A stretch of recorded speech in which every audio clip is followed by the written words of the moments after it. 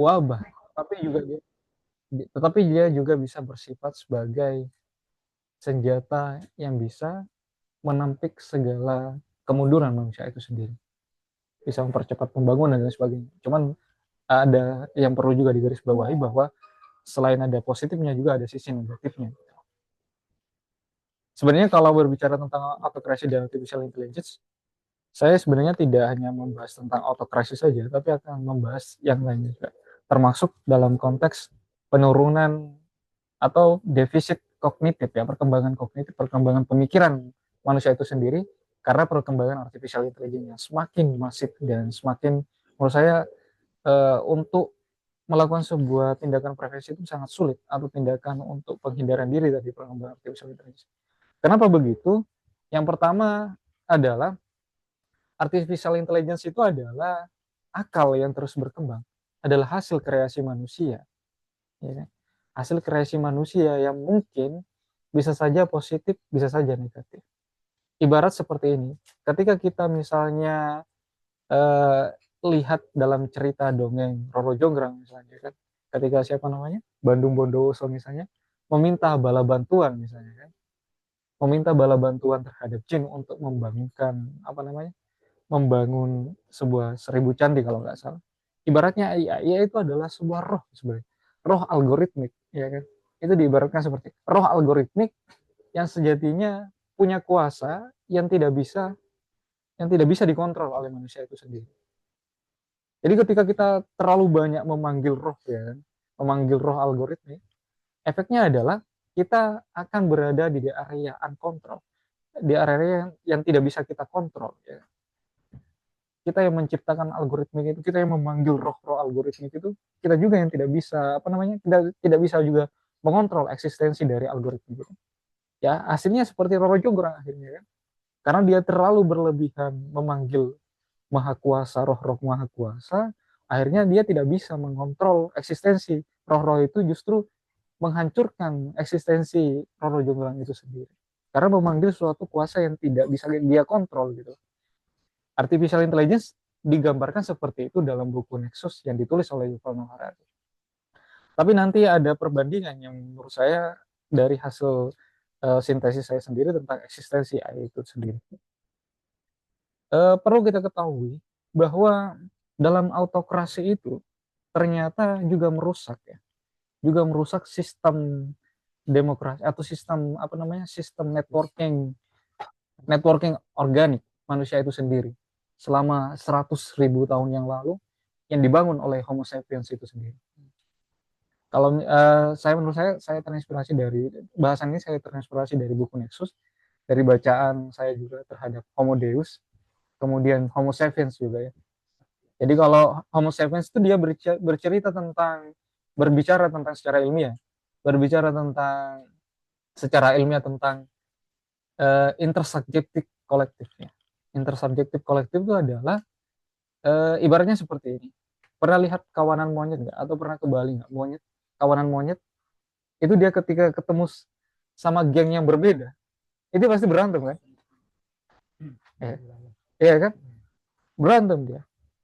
Manusia tidak seperti itu. Manusia meskipun manusia Homo sapiens ya, bukan manusia purba yang eksis di ratusan ribu tahun yang lalu sebelum eksistensi Homo sapiens, keberadaan Homo sapiens itu sendiri. Jadi kalau Homo sapiens itu dia punya kekuatan, kehebatan intersubjektif kolektif. Misalnya ketika Anda ketemu Rocky, saya nggak langsung berantem meskipun nggak kenal kan. Itu yang disebut sebagai intersubjektif kolektif. Kalau monyet bisa saja berantem kan. Bisa saja berantem. Bukan bisa saja, memang pada dasarnya mereka seperti itu, intersubjektif kolektif. Jadi ketika ada komplotan baru yang mereka temui, mereka cenderung akan melakukan sebuah tindakan defensif ya, atau tindakan destruktif yang agresif ya, tindakan agresif untuk tindakan serangan yang bersifat dekonstruktif terhadap kelompok lain yang tidak dia kenal, ya kan? Nah, anehnya, apakah manusia yang terlibat dalam artificial intelligence dalam konteks autokrasi ya? Autokrasi yang dimaksud di sini adalah yang menggunakan sistem demokrasi, setiap keputusan demokrasi dengan menggunakan artificial intelligence. Baru-baru ini kita dengar beritanya siapa namanya? Perdana Menteri dari Sweden ya. Ya, Swedia. namanya Ulf Kristersson ya. Ulf Kristersson ini ternyata dia kecoplosan dalam setiap keputusan kebijakan yang dibuat negara Swedia melalui Perdana Menteri Ulf Kristersson ini ternyata selama ini menggunakan ChatGPT. Dia sering menggunakan keputusan kebijakan itu dengan menggunakan ChatGPT. Dan ini kan bahaya. Karena kenapa? Karena keputusan-keputusan yang dibuat belum tentu bisa verifikatif kan. Validitasnya sangat terbatas. Karena artificial intelligence itu dia tidak bisa dia tidak punya kekuatan verifikatif riset yang mendalam juga. Dia butuh dia tidak punya kekuatan emosional, kekuatan subjektif itu tadi yang dimiliki oleh manusia, kemudian kepercayaan trust terhadap nilai-nilai norma dan etika itu sendiri. Dan ini kan bahaya kalau misalnya setiap keputusan yang dibuat dalam publik lingkungan dalam suatu negara yang kemudian diambil dari keputusan-keputusan yang diambil dari ChatGPT atau artificial intelligence ini sangat destruktif karena keputusan-keputusan pastinya jatuh pada keputusan-keputusan yang bersifat algoritmik tadi itu atau keputusan-keputusan yang bersifat objektif rasional yang belum tentu merepresentasikan nilai-nilai etik dan spiritual moral itu sendiri. Nah, oleh karena itu polemik ini pasalnya tidak hanya mencederai sistem kognitif ya atau cara berpikir manusia secara konstruktif. Ini tulisan saya. Sebenarnya sudah lama sebenarnya saya tulis, cuman saya baru tadi saya cek lagi. Jadi akan tetapi meskipun demikian misalnya, kedua variabel tersebut antara autokrasi dan artificial intelligence itu sendiri juga diyakini cukup kuat merusak eksistensi dan sistem yang telah dibangun oleh manusia itu sendiri, utamanya Homo sapiens. Kekuatan networking organik itu runtuh secara tiba-tiba ketika ruh algoritma itu kemudian dipanggil lagi dengan kekuatan kuasanya yang maha kuasa sehingga manusia tidak bisa mengontrol itu sendiri. Nah, kalau dalam Homo Deus itu spiritnya adalah manusia sebagai Tuhan, manusia setengah dewa kan, manusia dewa kan. Tapi kalau dalam Nexus itu bukan manusianya yang kemudian yang berkuasa, artificial intelligence yang kemudian berkuasa. Jadi ciptaan dari Homo Deus itu yang kemudian yang berkuasa. Itu yang misalnya digarisbawahi. Dan ini sangat menarik. Meskipun sebenarnya Yuval Noah Harari ini seorang ateis ya, mengaku ateis, tetapi beberapa kali dia juga memuji agama-agama samawi seperti Buddha karena menganggap bahwa Buddha itu sangat merepresentasikan kehidupan manusia dan lain sebagainya. Tapi saya cukup mengapresiasi pemikirannya, meskipun beliau seorang ateisme, pemikirannya menurut saya sangat menarik ya. Meskipun beliau bukan Yahudi kayaknya, dia lahir di Israel ya, dia seorang profesor di Israel.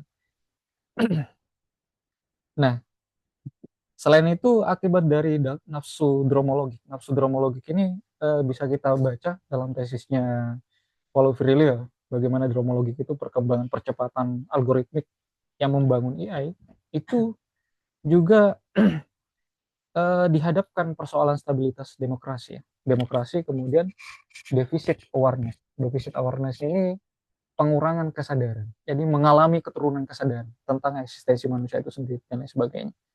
Misalnya banyak di antara kita misalnya tidak hanya kesadaran itu ya, kesadaran menghitung aja misalnya. Anak-anak sekarang itu kalau ditanya soal-soal hitungan sangat sulit. Karena rata-rata tugasnya dikerjakan menggunakan artificial intelligence. Ini hanya sebagian oknum, tapi tidak semuanya ya. Nah, meskipun demikian, kita juga dihadapkan dengan persoalan krisis ekologis. Kita lihat sendiri, atmosfer itu semakin menipis karena produksi artificial intelligence dengan menggunakan teknologi yang sangat canggih menyebabkan emisi itu semakin tinggi akhirnya kan. Produksi-produksi barang, kemudian baterai-baterai yang kemudian menyebabkan emisi, kebutuhan-kebutuhan listrik yang menggunakan koral batu bara dan lain sebagainya menyebabkan atmosfer itu semakin terancam. Akibat perkembangan artificial intelligence, otomatis tingkat produksi yang mengancam eksistensi atmosfer dan penyebabkan peningkatan emisi di dunia itu semakin tinggi. Jadi semakin canggih artificial intelligence itu, maka kerusakan lingkungan itu juga semakin tinggi. Karena produksinya semakin meningkat kan. Akhirnya produksi Toyota dan lain sebagainya, mobil-mobil yang Fish Air juga kan, yang asapnya begitu banyak gitu kan. Atau mobil-mobil dan lain sebagainya, truk-truk misalnya dan lain sebagainya, itu semakin tinggi. Akhirnya menyebabkan emisi itu semakin semakin tinggi juga. Dia segaris secara simultan. Nah, ternyata perkembangan autokrasi dan artificial intelligence itu juga mampu meningkatkan ketegangan eskalasi ketegangan antara negara. Jadi gimana Taiwan kemudian semakin memfitnah Cina ya kan, atau mungkin Cina yang memfitnah Taiwan. Saya akan melakukan sebuah perlawanan untuk mendekonstruksi keberadaan eksistensi Cina itu sendiri. Bagaimana Rusia kemudian menyerang siapa namanya? Menyerang Ukraina, bisa saja mungkin diambil dari laporan-laporan artificial intelligence ya kan? Yang bisa saja mencederai proses-proses perdamaian yang ada yang sudah ditandatangani di PBB. Nah, ini juga bisa berdampak pada semenjak perang Ukraina dan Rusia, kemudian perang ditambah Palestina dan Israel, kemudian Iran, itu emisi di dunia semakin meningkat karena hasil pembakaran kemudian hasil ledakan yang menyebabkan karbon dioksida semakin tinggi kan, akhirnya bisa menyebabkan krisis ekologi itu sendiri. Hal ini terjadi karena kenaifan kita atau kepura-pura tidak tahuan kita yang membiarkan perkembangan ritme algoritma itu mengalun begitu cepat, ya kan? Sehingga menimbulkan keliaran kuasa yang tidak mampu dikontrol oleh manusia sebagai pencipta artificial intelligence itu sendiri. Ya seperti tadi itu yang seperti saya contohkan tadi, ibarat kita sedang memanggil arwah-arwah ya kan, roh-roh algoritmik yang pada akhirnya tidak bisa kita kontrol dan hentikan, ya kan? Karena motif kekuasaan dan keserakahan itu tadi, dan ketamakan yang mungkin sudah merusak kesadaran naluri kita. Maka tidak heran apabila misalnya kejadian demikian menjadikan kuasa yang kita panggil itu berkuasa atas diri yang memanggil, ya kan? Para coding-coding itu kan memanggil arwah algoritma gitu. Jadi dia juga yang membuat algoritma itu, dia juga yang sebenarnya tidak bisa mengontrol algoritma itu. Nah, ketakutan terhadap itu bisa kita katakan bahwa ada sebuah pensucian pemikiran terhadap algoritma itu. Bukan pensucian dalam konteks agama lagi, bukan konteks takdisul afkar dunia lagi, tetapi bisa saja berubah menjadi bertransformasi takdisul lil algoritmik, ya kan? Pensucian atau pensakralitasan terhadap algoritma itu sendiri. Dan ini sudah zamannya seperti itu. Jadi bukan lagi takdisul afkar lil dunia, tetapi takdisul afkar lil algoritmik, ya kan? Ya begitupun kabilul tagir, ya kan? Kabilul tagir misalnya, kita terbuka terhadap perubahan. Algoritma itu kan sangat terbuka terhadap perubahan. Kabilul tagir. Tetapi di sisi lain dia tidak kabilul nikas, dia tidak terbuka terhadap kritik, ya. Bahaya kan? Dia terbuka terhadap perubahan tapi dia tidak kabilul nikas, dia tidak terbuka terhadap kritik. Ya. Dalam konteks autokrasi ini kecanggihan memekik AI memunculkan totalitarianisme baru di negara demokrasi liberal, ya kan? Nanti insya Allah saya terbitkan di Batu News ini. Editornya Rocky. Demokrasi liberal ya, yang gagal diraih oleh Hitler dan Stalin. Nah, Hitler dan Stalin itu juga dia punya kekuatan yang mampu menciptakan sebuah informasi dalam konteks informasi yang anorganik itu tadi, networking anorganik ini melalui manipulasi manipulasi informasi itu sendiri. Apa yang tidak dimiliki oleh Hitler dan Stalin itu adalah yakni jejaring maha kuasa. Jejaring maha kuasa. Siapa yang memiliki jejaring maha kuasa? Yaitu negara-negara mungkin demokrasi liberal yang menciptakan artificial intelligence itu sendiri. Bisa saja misalnya Hitler dan Stalin ya menaklukkan Eropa Barat misalnya pada waktu tahun 40-an ya ataupun tahun 30-an ya. Tetapi dia tidak mampu menguasai jejaring besar maha kuasa yang diciptakan oleh artificial intelligence itu. Yang mampu menguasai itu adalah orang yang mampu membuat artificial intelligence itu sendiri. Negara yang bisa menciptakan artificial intelligence itu sendiri. Siapa?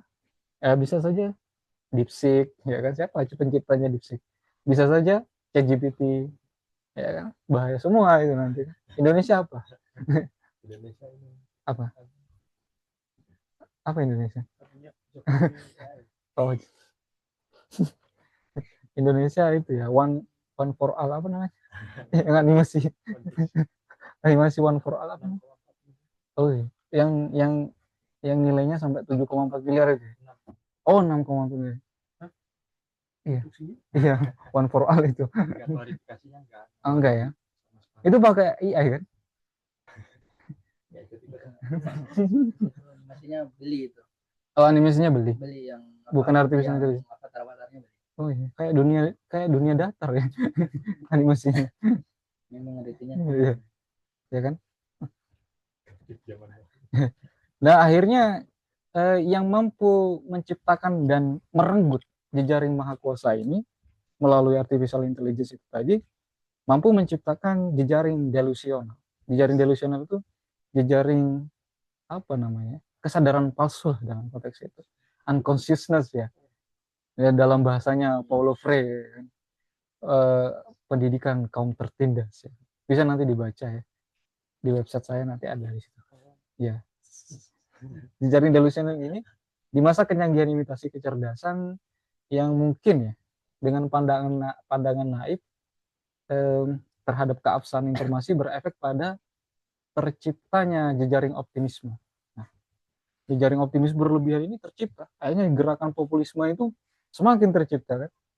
Misalnya apa namanya? Oke gas, oke gas.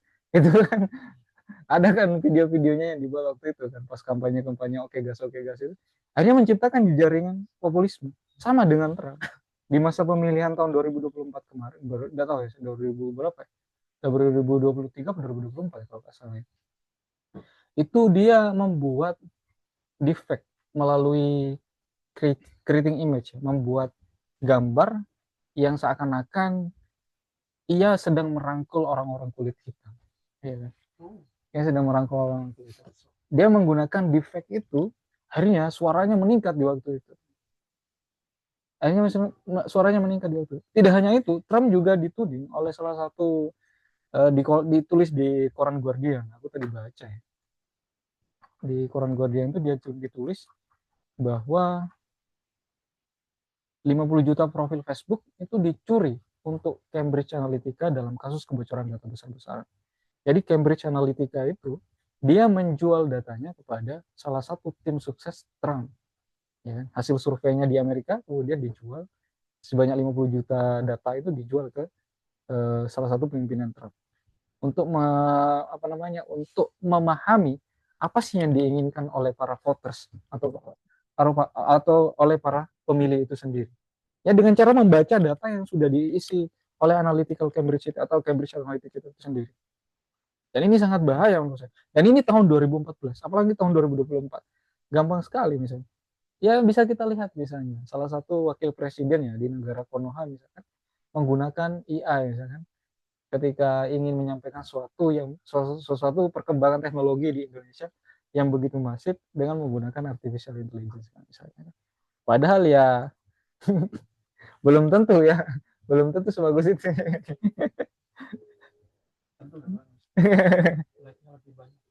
Ya.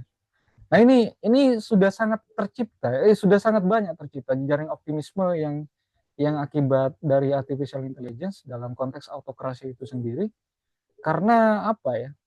Karena emosional itu lebih didahulukan daripada rasionalitas itu sendiri. Akhirnya jejaring optimisme yang berlebihan ini tercipta karena gerakan-gerakan populis yang dilakukan oleh pemerintah itu sendiri ataupun kandidat-kandidat yang ingin sedang berkuasa. Misalnya Perdana Menteri Swedia tadi itu ya, sudah saya sampaikan.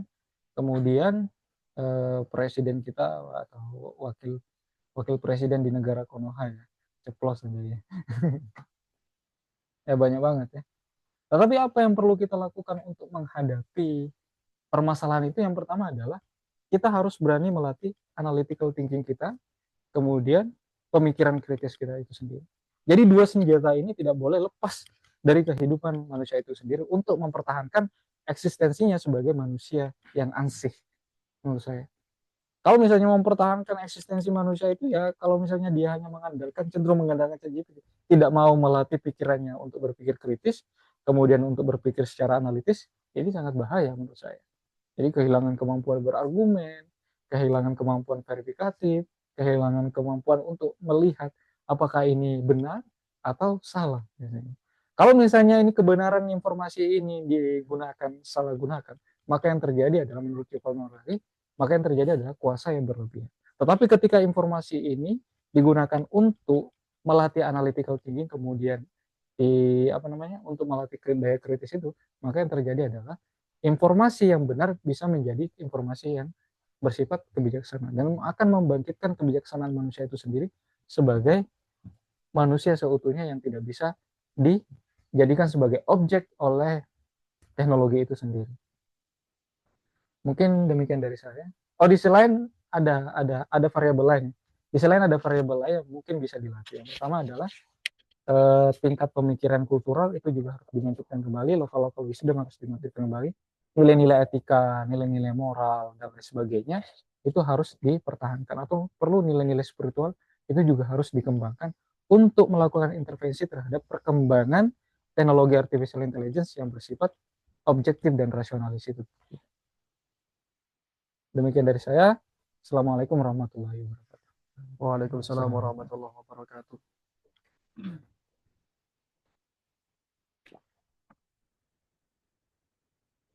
Baik, terima kasih Mas Dali. Kita sudah mendengarkan tadi teman-teman bahwa AI ini dalam kapasitasnya sebagai makhluknya manusia. Makhluk itu artinya adalah creation ya. Iya. Ciptaannya manusia. Dia, saya ingat dulu ada satu manhwa judulnya itu Slow Leveling. Iya. Ya, itu kan ceritanya The Absolute ya, The Absolute One itu. Iya. Ya kan dia dibunuh oleh dewa-dewanya sendiri, yang diciptakan oleh dia sendiri. Jadi para dewa-dewa ciptaannya The Absolute One itu membunuh The Absolute One. Itu ceritanya karena itu jangan di-spill dong, Mas. Udah rame itu. Nah, komiknya belum muncul. Udah muncul komiknya. Oh iya. Apa animenya belum muncul? Animenya belum muncul. Masih. Baru tahu nih. Nah, jadi fenomena bahwa ciptaan membunuh pencipta itu selain diadaptasi oleh manga, oleh komik-komik ya, manhwa, dalam dunia nyata juga kita melihat ciptaan yang kita ciptakan sendiri itu membunuh kita. Pada dasarnya ini bukan tentang siapa yang jahat, bukan siapa yang baik ya. Ini berbicara tentang kecerobohan sebenarnya. Berbicara tentang kecerobohan seorang kita dalam menggunakan ciptaan itu sendiri. Tidak usah jauh-jauh ngomong tentang manhwa, ngomong tentang manga ya. Kita ngomong tentang kehidupan kita sehari-hari yang dibunuh oleh oleh gadget gitu ya, oleh media sosial, oleh internet gitu. Ini sekali lagi bukan tentang bagaimana internetnya, tapi tentang kecerobohan kita. Apakah benar perkataan saya? Apakah benar perkataan saya? Jangan-jangan memang AI-nya ini dia punya potensi untuk membunuh manusia gitu. Teman-teman nonton mengikuti Avenger ya, mengikuti Marvel Universe di seri yang Avenger Infinity War The Age of Ultron ya. The Age of Ultron, teman-teman akan lihat bagaimana AI kemudian memiliki kesadarannya sendiri. Kemudian seorang Ultron itu, saya nggak bilang seorang Ultron ya, The Ultron ya, The Ultron itu kemudian mengambil keputusan menyimpulkan bahwa manusia ini hanya akan menghasilkan kehancuran demi kehancuran. Maka untuk mengantisipasi kehancuran yang dibuat manusia, maka manusianya dihancurkan kan gitu. Tapi sebenarnya ini agak terlalu jauh teman-teman kalau kita berbicara tentang apa namanya bagaimana AI kemudian menghancurkan manusia. Tapi poin yang kita sedang bahas ini adalah lantas teman-teman apa yang akan kita hadapi, apa yang akan kita lakukan terhadap AI ini, dan bagaimana sikap kita. Tadi sudah disampaikan oleh Mas Dali bahwa melatih logik kita, melatih intelektualitas kita, melatih cara kemampuan berpikir kita, ya itu jauh lebih penting ya daripada menggunakan AI itu sendiri. Begitu. Baik teman-teman, kami beri kesempatan bagi kawan-kawan semuanya. Jika ada hal yang ingin ditanyakan, monggo silakan.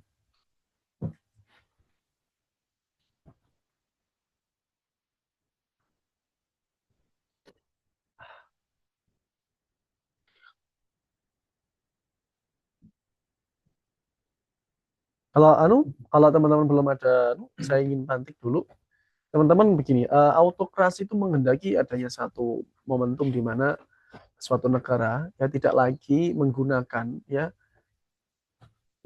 sebuah negara tidak lagi menggunakan manusia sebagai subjek untuk mengambil sebuah keputusan yang sifatnya negara gitu ya, sifatnya apa namanya seluas negara. Kita tahu bahwa manusia itu punya banyak kekurangan. Kita tahu bahwa manusia itu banyak melakukan kesalahan dan pasti pelanggaran. Nah, bagaimana jika kita menggunakan AI yang dia tidak punya keberpihakan, tidak punya uh, politik interest, tidak punya ketertarikan terhadap apa namanya ya keberpihakan lah politik interest. Bagaimana jika kita menggunakan AI untuk melakukan pengambilan keputusan? Nah, kalau seperti ini bagaimana teman-teman? Nah, izin masuk. Silakan, Mas Mujib. Mas Mujib sebelum bicara, Anda diwajibkan untuk menyalakan kamera. Hukumnya wajib, Mas. Kalau tidak, itu dosa besar. Untuk menghindari AI. Untuk Soalnya menghindari, aku agak saya khawatir ini yang ngomong AI, agak ragu. bukan Mas Mujib ya. Enggak, aku soalnya agak ragu ya kalau ini. Maksudnya agak grogi kalau Grogi. kami open kamera. Iya. Ya udah. Silakan. Pertama saya ingin mohon maaf ya nggak bisa secara langsung gabung gitu kan. Karena baru datang juga.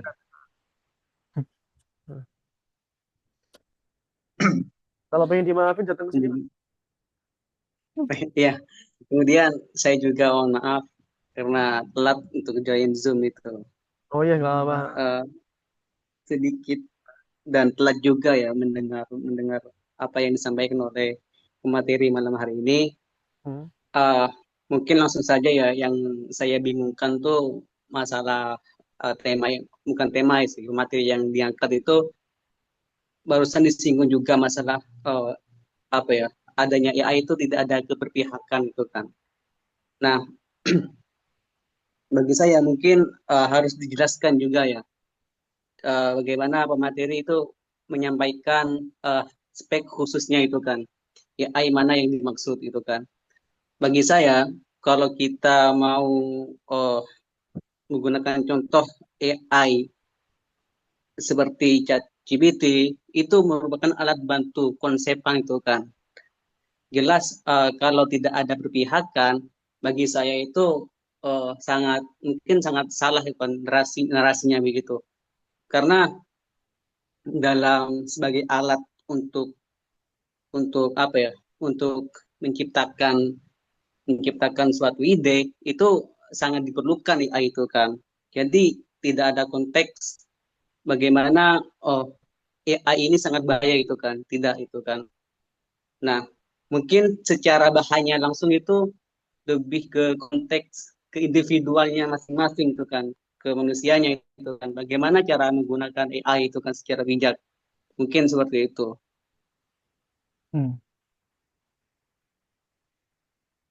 Ini bisa langsung saya jawab. Mengenai ortografi, ya, dapat nggak? Nangkep nggak? Nangkep. Suara aku kedengeran nggak? Dengar Raman. Ya mungkin bisa langsung dijawab ya oleh pemateri. Kalau menurut saya netralitas teknologi itu sebenarnya tidak ada. Ya kalau benda mati kayak batu itu baru disebut netral dalam hukum fisika. Ya kalau dalam hukum fisika dan filsafat fisika itu sendiri, karena dimaksud benda netral itu ya kalau selama dia ada intervensi manusia. Kalau saya pernah baca artikel tuh ditulis salah satu seorang filsuf apa namanya, dia seorang dosen filsuf, dia profesor siapa namanya, dia seorang profesor di Italia kalau nggak salah. Dia membuktikan secara filosofis bahwa memang betul bahwa artificial intelligence itu sebagai teknologi yang diciptakan oleh manusia, tentu dia tidak punya netralitas. HP pun misalnya ya tidak punya netralitas dia, karena dia ada muatan ideologis atau muatan kepentingan orang yang membuat laptop itu. Kecuali misalnya batu yang ataupun alam yang secara natural yang tercipta, itu yang baru disebut sebagai netral. Misalnya ada manusia yang mengaku dirinya, oh saya orang netral gitu, saya Muhammadiyah NU. Saya nggak percaya itu ya, ya kan. Yang ada itu adalah benda mati yang netral gitu. Ya kan kita kan kalau belajar fisika ya gaya itu disebut netral ketika dia tidak mengeluarkan gaya sama sekali atau dia nol, ya kan? Berada di titik nol itu sendiri.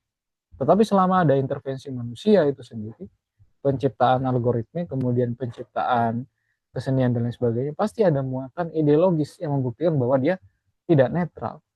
Yang tidak netral itu batu itu, pasir itu dia tidak yang netral itu ya batu dan pasir itu.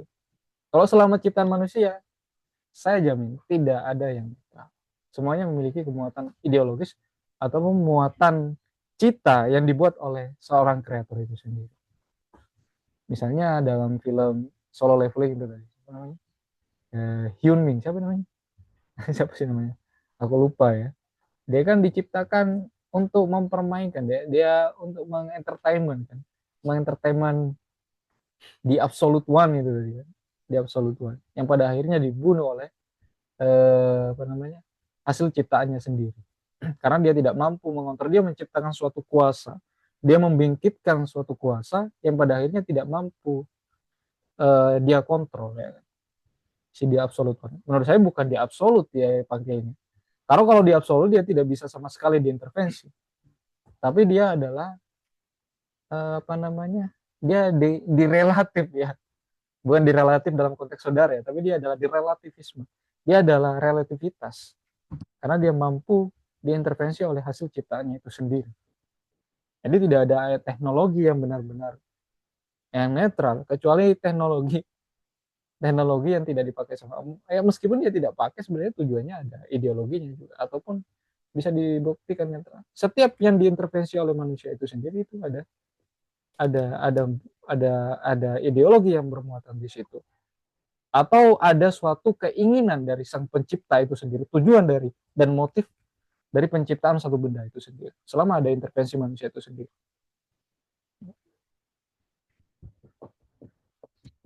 Ya termasuk artificial intelligence, apalagi artificial intelligence jelas mendukung negara-negara maju yang demokratis, yang liberal, ataupun negara komunis yang liberal, ya kan? Bisa saja seperti itu, dan ini memang faktanya seperti itu. Misalnya DeepSeek kan diciptakan untuk membuktikan bahwa Amerika yang kita sembah hari ini sebagai, atau yang dijadikan kiblat sebagai negara maju atau negara yang progresif dalam apapun misalnya kan, dia membuktikan bahwa Anda yang menyembah Amerika sebagai atau yang berkiblat terhadap Amerika sebagai negara maju itu ternyata tidak benar. Contohnya kalau kita bandingkan dengan DeepSeek yang R1 berapa gitu dengan ChatGPT 5, jauh beda sekali, khususnya dalam tulisan. Meskipun tidak berbayar, kalau kita misalnya cek melakukan komparasi antara hasil DeepSeek dengan ChatGPT itu jauh beda. Karena penjelasannya DeepSeek itu lebih rinci. Dan ini sudah dibuktikan oleh para pengguna AI di YouTube dan lain sebagainya. Itu sudah membuktikan. Jadi selama itu ada intervensi dari manusia, semuanya tidak ada yang netral. Semuanya ada intervensi manusia itu sendiri. Ada muatan ideologis dan ada muatan visi dan misi dari penciptaan itu sendiri. Gimana, Mas Mas siapa namanya? Mas Mujib. Monggo Mas Mujib. Halo. Halo Mas Iya, Mujib, halo. udah bangun? Sudah. Oh ya, aman.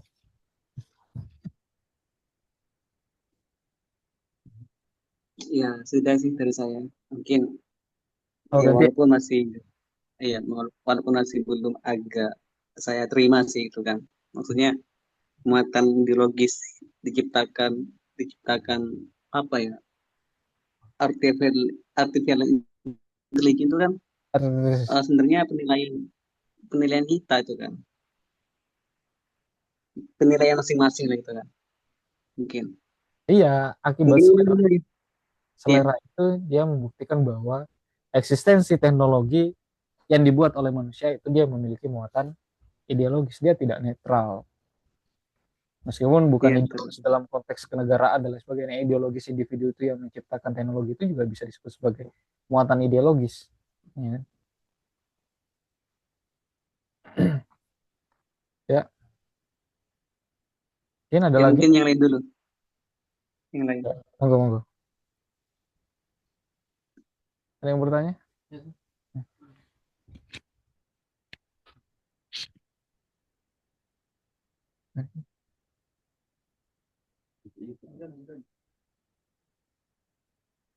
Sebenarnya bukan pertanyaan, lebih tepatnya sedikit menanggapi saja begitu. Ya mungkin nanti ada lah muncul pertanyaan dari tanggapan ini. Yang pertama, sebenarnya negara kita saat ini termasuk kategori negara yang kemudian gagap dalam menyikapi adanya artificial intelligence ini, karena berdasarkan data ataupun pembacaan, mereka yang kemudian bisa menggunakan ini secara baik ataupun benar itu masih terkategori sedikit lah. Artinya para penguasa yang kemudian diberikan wewenang supaya bagaimana adanya teknologi ini bisa termanfaatkan dengan baik, ya saya katakan bukan gagal ya, mungkin sedikit sedikit lambat, yang pada akhirnya rakyat di negara kita belum siap untuk menggunakan itu, tetapi dipaksa untuk siap karena tuntutan daripada ya mungkin sistem dan lain sebagainya begitu. Jadi sebenarnya kalau seumpamanya kita berbicara seperti itu,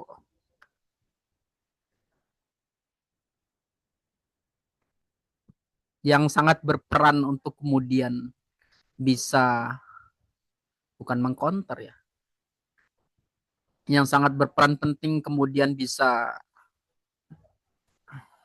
apa ya, bukan bukan ngerem ya lagi bahasanya, tapi mengupayakan supaya teknologi ini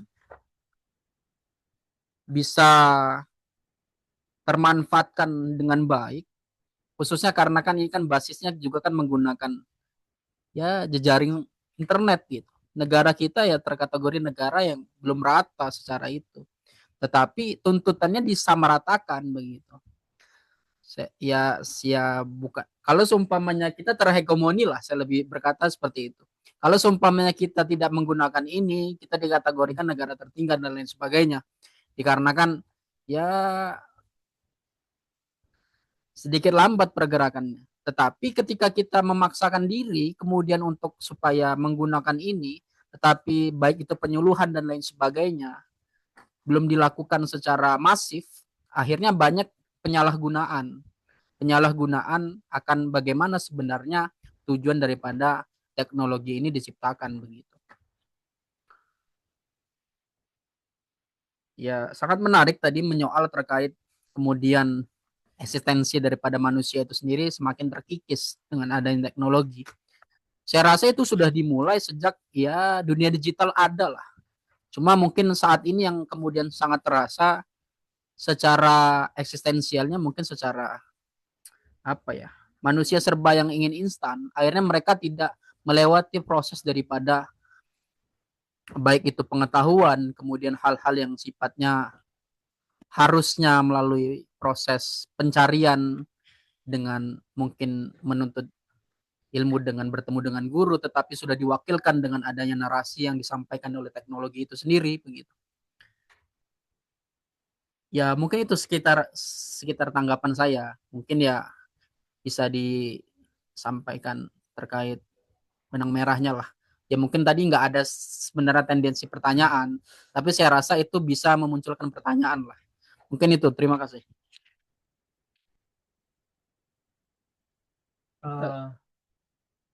Ini ketika double job ya Mas Tumit ya. Sambil megangin kamera sambil jadi moderator. Teman-teman, kalau kita lihat judul menyoal ulang eksistensi manusia dalam era digital. Di era digital itu berarti kita punya satu pertanyaan menarik tentang eksistensi manusia. Mari kita berbicara tentang apa itu manusia. Itu apa namanya fondasi dasar kita untuk membahas AI di situ. Manusia ini kira-kira, andai kata boleh saya kasih pertanyaan, bisa nggak dia kemudian di wujudnya itu kemudian dirubah menjadi digit? Bisa nggak manusia wujudnya dirubah jadi digit? Ya, dirubah jadi digital. Di kode misalnya perasaan tuh kodenya ini. Misalnya gitu loh. Jadi hologram. Bukan fisiknya, tapi eksistensinya ini beda lagi. Jadi ini pertanyaan menarik ya teman-teman. Manusia ini Iya. fenomena apa sih manusia ini gitu ya? Kalau kita menggunakan kacamata ini kayak menarik. Kalau misalnya kita ketemu manusia itu apa, nah nanti kira-kira dengan AI itu bisa nggak gantiin peran manusia gitu? Sampai titik mana manusia itu bisa digantikan? Ini bukan pertanyaan untuk jenengan. Ini pertanyaan untuk teman-teman. Sekarang ya apa itu eksistensialisme ya? Iya kan? Ya, makanya judulnya adalah menyoal ulang eksistensi Iya. manusia. Oke. Saya bisa menjawab pertanyaan itu. Tapi bukan menjawab pertanyaan. Itu di tahun 2000 berapa ya? 2010. Cicero ya kalau nggak salah salah satu anak perusahaan Jeep. Di sini juga diceritakan kalau nggak salah ya. Di Homo Deus ini. Soalnya saya tuh apa ya, lebih suka pemikiran-pemikiran terbaru ya, ketimbang baca-baca, mungkin baca-baca yang lainnya juga bisa dan sebagainya, tapi hanya sebagai dasar. Itu salah satu perusahaan Cicero, anak perusahaan Google, Cicero namanya, dia mencoba menciptakan rekayasa sifat manusia itu dengan cara rekayasa biokimia. Dan ini sudah terjadi ya, rekayasa biokimia. Misalnya anak-anak itu yang sulit konsentrasi misalnya kan. Tapi ketika dikasihkan pil ADHD ya kan. ADHD. Ya. Pil-pil yang untuk obat orang-orang yang disorder ya. Itu mereka langsung tenang. Itu salah satu bukti bahwa teknologi itu mampu merekayasa genetik, merekayasa proses biokimia manusia itu sendiri. Yang dulunya misalnya tidak patuh itu jadi penuh. Ini di sini diceritakan di Homo Deus. Jadi ada juga yang menciptakan satu alat misalnya yang kemudian mampu membunuh kanker, sel-sel kanker ya secara masif dan lain sebagainya. Dia menggunakan apa namanya nanochip ya, robot nanochip yang khusus untuk memburu apa namanya kanker-kanker kemudian yang merusak sel-sel penuaan terhadap manusia itu sendiri. Karena kalau di Homo Deus itu dia menceritakan bahwa betapa ambisinya manusia menjadi sebagai, betapa serakahnya manusia ingin menjadi sebagai masyarakat yang immortalitas, masyarakat yang immortal, masyarakat yang tidak mati ataupun yang tidak akan mati dan meninggal dan sebagainya. Ini terjadi. Bahkan ada alat yang dibuat oleh salah satu perusahaan apa ya kalau nggak salah. Di sini juga diceritakan di Homo Deus itu tentang masa depan umat manusia. Itu dia menciptakan helm. Helm apa namanya gitu? Helm yang mampu transfer. Iya, yang mampu membuat manusia itu semakin pintar. Jadi setelah dipakaikan helm itu dia mampu melawan robot ya, apa namanya? Misalnya antara blue, kalau nggak salah tuh ceritanya Gary Kasparov itu kalau nggak salah. Gary Kasparov tahun 2004. Gary Kasparov itu salah satu pencatur terbaik ya di dunia. Dia berasal dari Rusia atau Ukraina kalau nggak salah. Ada Rov-Rovnya itu. Jadi waktu itu Gary Kasparov diversuskan dengan Deep Blue kalau nggak salah itu. Salah satu buatan perusahaan, siapa sih yang buat IBM, salah satu ciptanya IBM, Deep Blue itu. Ditandingkan sama Gary Kasparov. Kalah Gary Kasparov. Tetapi setelah Gary Kasparov memakai helm dan berkolaborasi dengan ciptaannya IBM itu sendiri, dia mampu mengalahkan Deep Blue. Artinya secara biokimia manusia itu bisa diintervensi oleh teknologi. Bahkan sekarang itu ada alat yang diciptakan oleh IBM itu juga mampu membaca kondisi emosional manusia itu sendiri dengan hanya membaca ritme biokimia yang berasal dari manusia itu sendiri. Jadi di scan, Anda misalnya scan, kamu sedang jatuh cinta apa enggak? Nanti dilihat di scan hormonnya dan bagaimana sebagainya. Kamu sedang sedih atau enggak? Itu di scan muncul. Nah, itu bahaya banget bagi manusia karena data informasi kita, data kerasi kita, kalau di UIN mungkin belum ada. Di UB itu sudah dibahas tentang data kerasi bibliometrik dan sebagainya. Jadi ini dalam bentuk postkolonial baru. Nah ini benar serius. Ini bentuk postkolonial baru. Jadi kolonialisme terbaru ini. Kolonialisme terbaru yang bersifat soft banget. Soft banget seakan-akan kita butuh, ya kan, tentang eksistensi teknologi. Tapi nyatanya bisa saja data itu diklaim oleh IBM kemudian dijual ke Amerika kan. Ya termasuk kita kan soal pajak, kemudian data kita dikocek-kocek nih, digocek-gocek sama Amerika. Dan itu bahaya. Jual sekedar foto mata itu Iya.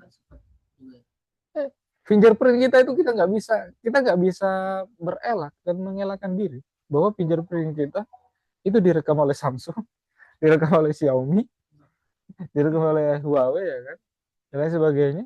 Bisa saja iris mata kita juga sudah direkam. Dan ini kalau digunakan sebagai data artificial intelligence, waduh, bahaya negara kita. Contohnya Libanon kemarin waktu pas perang dengan Israel. Data artificial intelligence-nya, data-data di handphonenya itu direkam, diambil dari Amerika, kemudian HP-nya itu bisa meledak. Jadi HP-nya di Libanon, misalnya ada orang di Libanon yang pakai HP, kemudian servernya dipegang di sana, dipencet di Israel, meledak secara tiba-tiba. Ini bahaya juga ketika kita misalnya diserang oleh negara lain misalnya kan, atau negara api yang menyerang kita nggak ada persiapan kan. Dan ini kita penuh. Oke. Jadi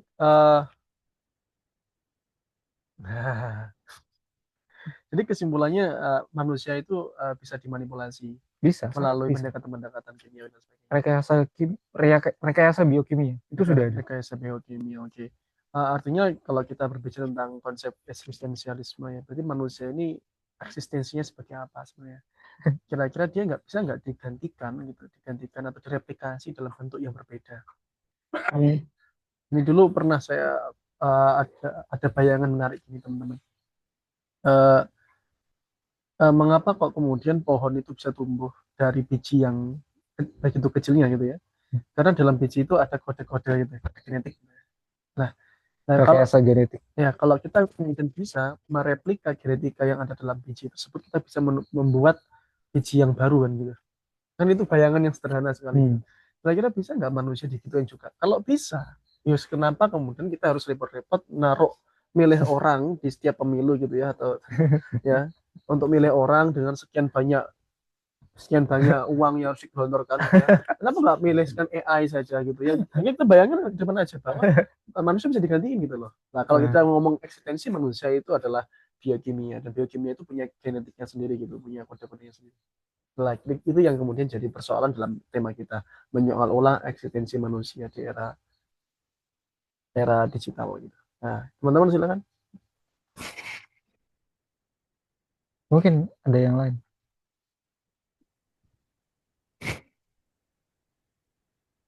Itu kan udah dapat ya persoalannya itu. Kenapa mas? Ya itu merespon biasa aja sih. Maksudnya persoalan tentang apa ya, patologinya itu udah dapat tuh kan, persoalan masalah biologis manusia itu kan. Tentunya dengan intelijen apa artificial intelligence itu kan bisa menyediakan apa yang kita butuhkan seperti hiburan melalui teknologi digital itu kayak TikTok itu misalnya itu dapat mempengaruhi biologisnya itu senang dengan tontonannya begitu. Ah, Begitupun dengan apa ChatGPT ketika kita buat naskah ya kita buat secara perintahnya langsung aja gitu kan. Dan apa lagi ya, itulah patologinya yang kita dapatkan itu kan yang sekarang gitu. Dan tentunya itu menjadi problem ke eksistensialnya manusia yang dimana makna kehidupan manusia itu sejatinya itu harusnya yang hal yang positif lah, artinya yang berdampak begitu kan.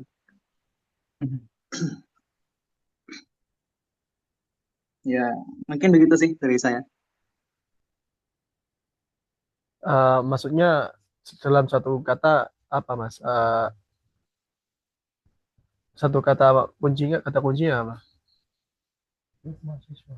Kata kuncinya apa ya, problem ini kan patologinya pada ini maksudnya siapa yang ini kan tidak hanya menyampaikan secara nih, secara apa ya, secara patologinya, tapi ada solusi itu kan. Siapa sih yang harusnya yang membenahi gitu kan Oke, oke. tentang penyakit-penyakit ini begitu. Oke. Eh, Sebenarnya pertanyaannya tuh ini Mas Dali. Mas Dali. Jadi ini kita melihat fenomena ini sebagai patologi, sebagai problem, ya, atau tidak gitu. Kalau misalnya ini problem, ya kita mari selesaikan itu ya. Ya, jadi teman-teman dengan adanya AI ini problem atau manusia yang problem? Manusia ini. Ya enggak, sebenarnya yang problem itu manusianya atau AI-nya gitu loh. Saya, ya ini yang kita ingin tegaskan gitu. Sehingga menyoal eksistensi manusia inilah ya kemudian menyoal eksistensi manusia. Bukan menyoal eksistensi AI soalnya gitu loh.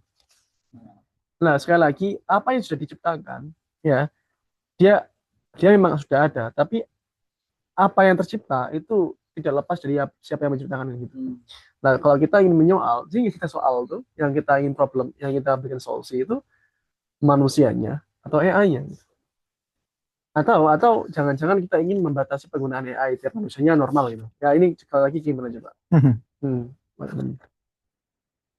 Ya kalau saya sendiri sebenarnya AI itu seperti pisau sebenarnya. Tergantung penggunaan kita terhadap pisau itu sendiri. Ya bisa untuk membunuh orang, bisa juga untuk dimanfaatkan untuk potong bawang gitu kan, atau buat sambal kan. Kalau misalnya artificial intelligence itu dimusnahkan, saya juga nggak sepakat. Karena dia itu adalah hasil kreativitas manusia.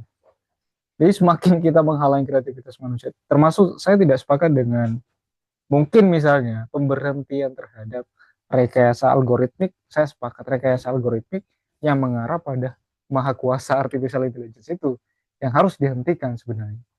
Bukan artificial intelligence itu sendiri yang harus dihentikan. Tinggal hentikan, kita buat petisi misalnya. Sudah, perkembangan DeepSeek di sini aja.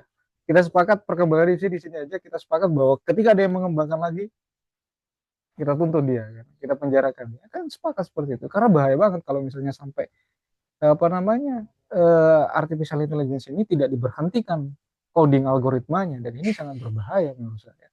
Kita sepakat misalnya negara, semua negara sepakat siapapun yang tetap mengutik-utik perkembangan algoritma artificial intelligence hingga menciptakan sebuah maha kuasa yang tidak bisa dikontrol oleh manusia, maka konsekuensinya ditanggung sendiri. Harus diperketat regulasinya dan sebagainya. Di sisi lain, sisi-sisi subjektivitas seperti spiritualitas itu harus dilatih kembali.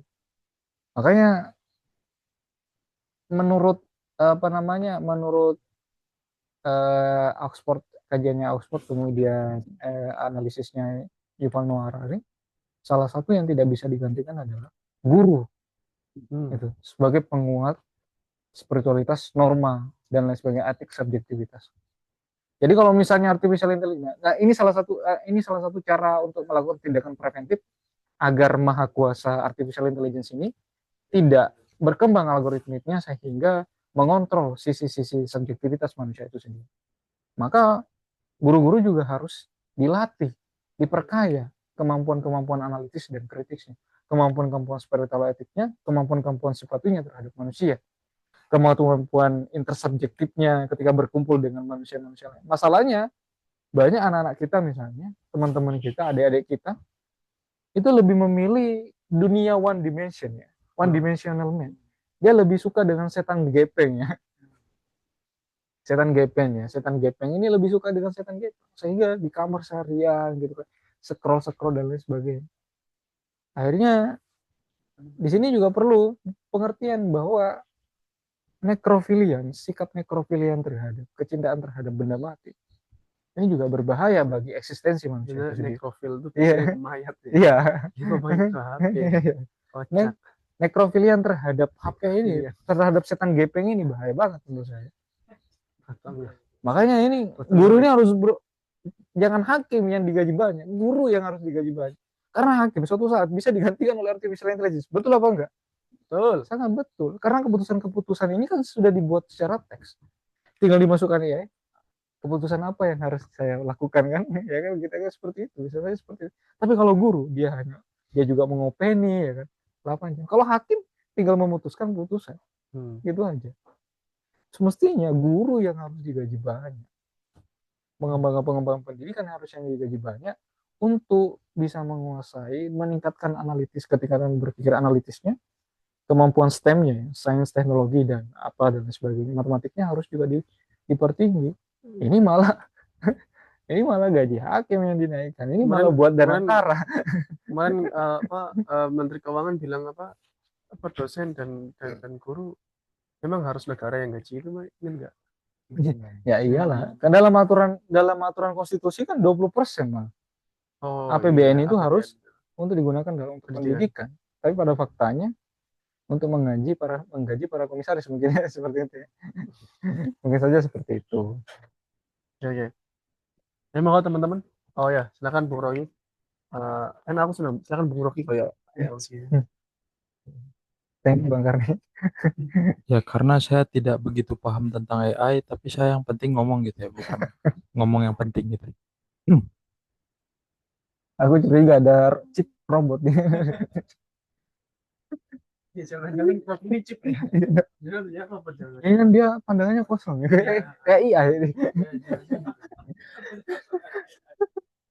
Ya apa namanya, lebih baik salah dalam berpikir ya daripada tidak berpikir sama sekali, itu kata Ahmad Wahid gitu. Makanya saya ingin menyesatkan pikiran kalian semua ini guys. Ijtihad baru, berijtihad. Ganteng nggak nih? Bukan. Oh iya. Aman. Oh iya. Ya kebanyakan ini apa namanya, mimikri lah hidup saya. Berbicara terkait dengan artificial intelligence, mungkin kita tidak perlu jauh-jauh. Mungkin saya tidak perlu jauh-jauh untuk membahas artificial intelligence ini berguna untuk mengisi perut, untuk mengisi ini apa dan lain sebagainya, tidak ya. Tapi lebih kepada bagaimana kondisi konkretnya yang terjadi di lingkungan mahasiswa, terus di kalangan teman-teman universitas saya lah. Saya melihat banyak sekali sedari maba hingga hari ini itu sangat menggantungkan tugasnya terhadap AI ini gitu. Lebih kepada bagaimana saya sedikit mengurangi ketergantungan gitu, supaya tidak balas budi terhadap AI ya, gitu. Jangan, kasihan budi dibalas. Enggak sih, nggak boleh situ. Jadi saya mencoba bagaimana otak saya bisa dimaksimalkan gitu, walaupun IQ-nya di bawah AI ya. AI itu 100 berapa gitu. Kemarin karena apa namanya ada UAS dari teman-teman psikologi dan saya jadi kelinci percobaan, ternyata IQ saya ditemukan di bawah 100 lah. Iya. Iya. Kaget juga saya. Oh, ternyata sebodoh ini loh gitu. Tapi Jangan kok so, percaya sistem rankingnya. tapi kok so pintar gitu di kelas dan lain sebagainya gitu. Tapi banyak juga yang percaya, aneh juga, makin goblok berarti dunia ini. Nah, Yang percaya berarti paling goblok. apa namanya? IQ AI itu ditemukan 102 kalau nggak salah. 102 apa 120 gitu.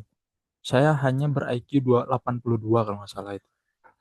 Ya, dalam artian saya belum bisa mengejar AI gitu. AI ini ketika kita lihat, ketika kita tanya sesuatu apa namanya pertanyaan dan dia menjawab, ternyata dia menghimpun dari berbagai data, dari berbagai literatur yang diinput gitu. Artinya jawaban-jawaban yang ditampilkan itu adalah jawaban-jawaban mayoritas gitu. Nah, kenapa seringkali kita melihat apa namanya jawaban mayoritas adalah suatu hal yang absolut gitu tadi kan disampaikan. Ya seringkali kita ketika hidup kita ingin seimbang, kita harus mengikuti tuntutan-tuntutan mayoritas, tuntutan-tuntutan masyarakat gitu. Atau manusia ini seakan menjadi penjara bagi manusia yang lain gitu kan. Nah, apa namanya? Saya melihat bahwa eh, ketergantungan mahasiswa terhadap AI bahkan sebelum dia mencoba gitu. Jadi ketika ada tugas, ada apa namanya satu hal yang diamanahkan untuk diselesaikan, ternyata dia langsung gitu, langsung mengerjakannya dengan AI. Gitu. Ya bikin makalah cuma semenit 2 menit gitu kan. Bikin ini apa dan sebagainya, walaupun citasinya nggak jelas ya. Terus ditanya, Mas sampean kok IPK-nya 4, bikin citasi kok nggak bisa? Oh saya nggak paham gini-gini. Oh IPK-nya 4 sampai sekarang, wah saya makin kaget gitu. Jadi ternyata apa namanya IPK 4 itu belum tentu otaknya ada gitu isinya. Gitu. Apa namanya di dunia yang apa namanya berparas banyak, dalam artian semakin saya menemui manusia semakin banyak kepala dari keresahan-keresahan kepala setiap orang. Sangat sulit untuk saya melihat bagaimana manusia yang benar-benar manusia gitu. Ya manusia saat ini ya lebih dominan munafik gitu. Ya munafik dalam artian dia ingin menampakkan dirinya di satu komunitas tertentu, ingin eksis dan lain sebagainya ya untuk bertahan hidup gitu, eksis. Ya bentuk survive dia gitu. Tapi apakah survive dia itu mengganggu atau merugikan orang lain, kan ini menjadi apa namanya pertanyaan ulang gitu. Ini yang perlu kita kritisi gitu. Nah, terkait dengan AI, bagaimana kebocoran-kebocoran data yang kita gunakan, bagaimana apa namanya kita kan menelisik nih lebih dalam lagi terkait dengan pengaruh teknologi yang menelanjangi kita gitu. Jadi HP ini mati nih, HP ini mati. Lupa saya dalam bukunya siapa itu yang perempuan kalau nggak salah, orang Spanyol. HP mati, tapi dia bisa menampilkan apa-apa yang kita butuhkan. Kita berbicara terkait dengan sepatu Adidas. Preketek, preketek, preketek. Padahal kita tidak pernah membuka sepatu Adidas di search Google dan search Shopee gitu misalnya. Iya. Padahal kondisi HP mati. Tapi ketika kita membuka HP dan di Google ada, loh kok ada Shopee, ada Adidas gitu di iklannya. Kok ada Adidas di iklan YouTube, ada di Adidas di iklan Shopee dan sebagainya. Kan itu seram gitu. Ternyata se apa namanya seketat itu dalam merekam kehidupan kita gitu. Teknologi.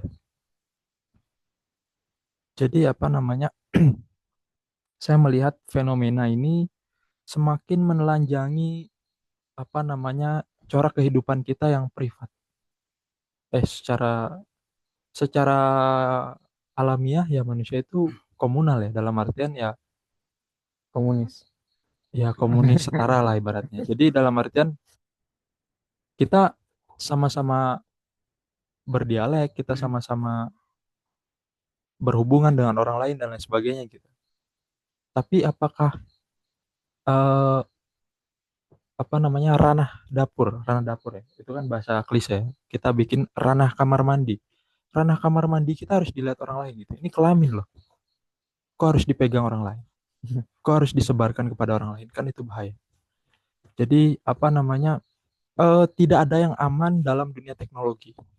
Seluruh data yang kita input, seluruh apa namanya email yang kita masukkan kepada aplikasi-aplikasi lain, itu kemungkinan untuk apa namanya disebarkan itu besar, dan kemungkinan untuk aman itu kecil. Jadi apa namanya, walaupun ini OJK apa dan sebagainya gitu, memiliki keketatan keamanan dan lain sebagainya, itu hanya sebagai bualan untuk kemudian laris di pasaran, aplikasinya laris di pasaran. Jadi tidak ada yang benar-benar aman gitu di dunia ini. Ya, manusia itu hanya ibarat lonceng. Kita adalah loncengnya dan talinya itu adalah Tuhan. Jadi kita tidak bisa apa namanya menggerakkan diri kita sepenuhnya atas kemauan kita. Ya mungkin kita akan capek gitu karena tidak melibatkan Tuhan sama sekali. Jadi ya apa namanya, keamanan dan apa namanya kita sudah ditelanjangi dengan berbagai hal, ya itu apa namanya, itu konsekuensi atau kewajaran, kalau bahasanya Cak Nur, kewajaran yang harus kita terima untuk apa namanya belajar lebih dalam lagi, belajar lebih giat lagi. Kita harus lebih banyak membaca, kita harus lebih dalam memahami dan lebih banyak mengalami gitu. Jadi apa namanya, sisi-sisi negatif, sisi-sisi yang merusak, sisi-sisi yang destruktif yang mengenai kita selama ini ketika kita berhubungan dengan teknologi, yaitu kita harus mencari apa namanya counter atas hal itu gitu. Ya kalau dalam Indonesia sulit sih karena negara kita itu membebek ya, mengikut aja gitu. Jadi tidak mau berinovasi, melakukan kreativitas dan lain sebagainya gitu. Bukan tidak mau sih, lebih kepada menghalangi, dihalangi dan menghalangi. Jadi apa namanya? Ini saya ngomong dari tadi ngomong kosong semua kayaknya. Nggak apa-apa ya, mohon Kebanyakan maaf ya. kebanyakan apa namanya? Iya, mohon maaf, mohon maaf. Jadi apa namanya? Kan Ya, saya juga nggak tahu apa namanya. ya apa namanya itu ya, bentuk apa namanya? bentuk bentuk Malah jadi jokes. Apa nih? kebingungan saya gitu dalam menghadapi semua hal gitu. Jadi kebingungan-kebingungan itu saya hadapi, saya apa dan lain sebagainya gitu. Jadi cukup sekian omong kosong dari saya. Ya mungkin bisa dilanjut oleh yang lain. Terima kasih. Mohon izin moderator Monggo. Mas Mujib, sebelum diberikan ke pemateri, izinkan saya untuk ngomong juga gitu. nggak dari tadi Anda ngomong, bos. Nggak usah diizinin juga, kita minta. Nggak minta, udah ngomong sendiri gitu loh. Jadi Mas Mujib, ada apa Mas Mujib?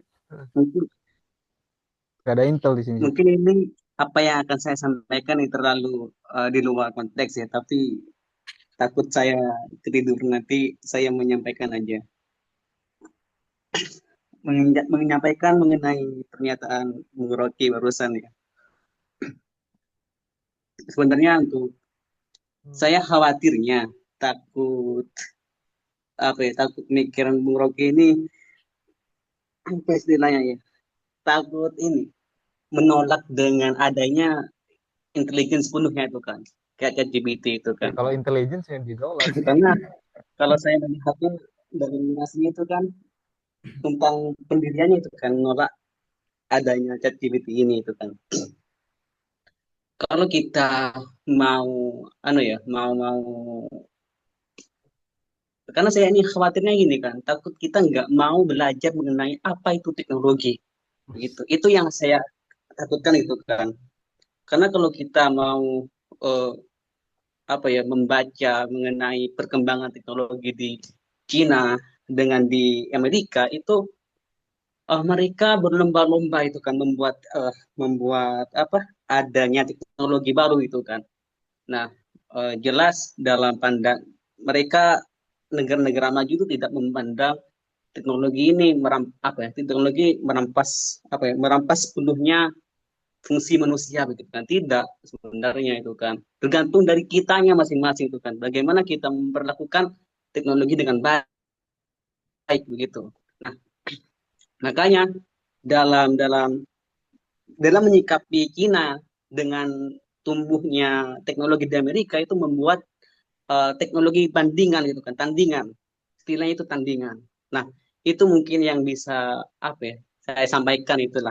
Mungkin secara penyampaiannya agak terlalu bingung ya, tapi yang terpenting mungkin ada harapan saya, poinnya yang saya sampaikan tuh dapat itu. Begitu. Ini karena yang digugat Mas Rocky itu. Tapi sebenarnya gini, ketika Mas Rocky tadi menyampaikan bahwa saya ini omong kosong itu, sebenarnya kosong itu bukan dari substansi Mas, tapi ketika nggak punya tujuan dari apa yang disampaikan gitu.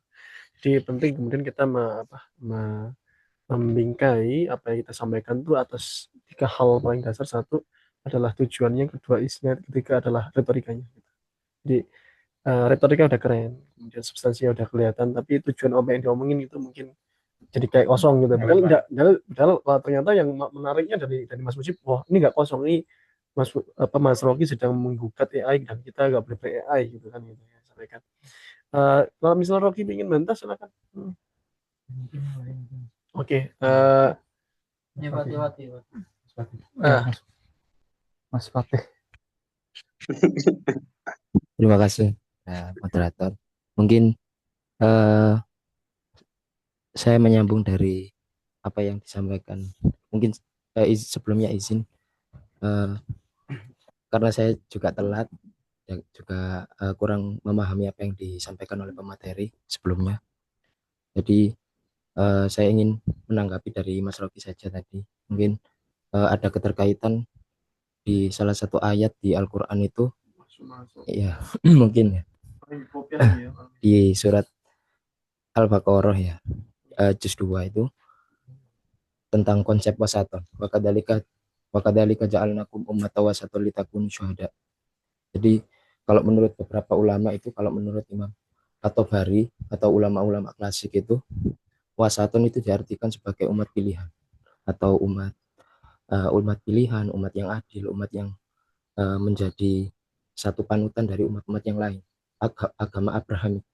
Nah, tapi beberapa tafsir yang lain itu mengatakan bahwasanya wasaton adalah tengah dalam artian berimbang antara dunia dan akhirat. Artinya kan wasaton di sini berimbang yang tidak terlalu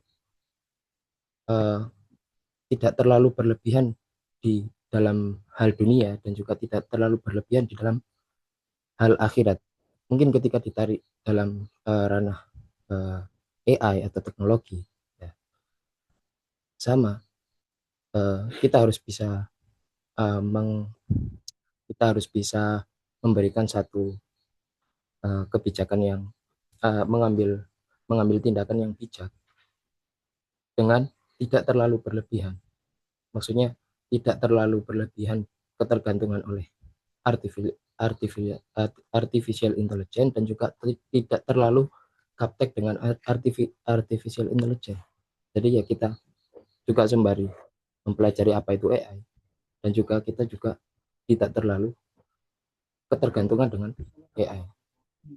Dan juga dikuatkan dengan ayat lain, innallaha la yuhibbul musrifin. Dan sebenarnya Allah tidak suka orang yang terlalu berlebihan. Nah, mungkin itu tambahan dari saya.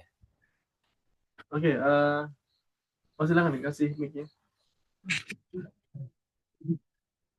Iya, izin. Wah, Sofi, udah datang. Saya juga dalam hal ini mau Akhirnya bicara ditahan, sesuatu ya. Sofi.